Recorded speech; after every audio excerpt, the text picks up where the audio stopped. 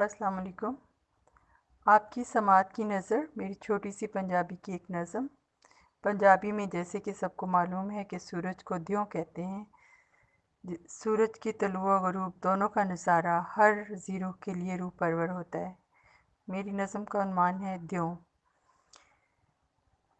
कुम के सारी दुनिया, कुम के सारी दुनिया लैंदे वल डुब चला द्यों।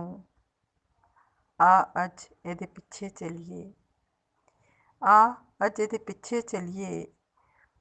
भावें लभ पवे राह विच सोहना, भावें लभ पवे राह विच सोहना। ते बह के नैर किनारे रल मिल गल्लां करिए, ते बह के नैर किनारे रल मिल गल्लां करिए। ते कढिए दिल दियां सौड़ां, ते कढिए दिल दियां सौड़ां। नाले रज के पानी भरिए, नाले रज के पानी भरिए। पर पानी नाल नसीबां, पानी नाल नसीबां लेखां नूं किवें कढ़ीए।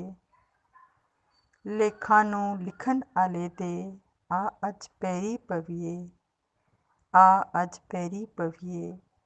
घुम के सारी दुनिया लैंदे वल डुब चला द्यों।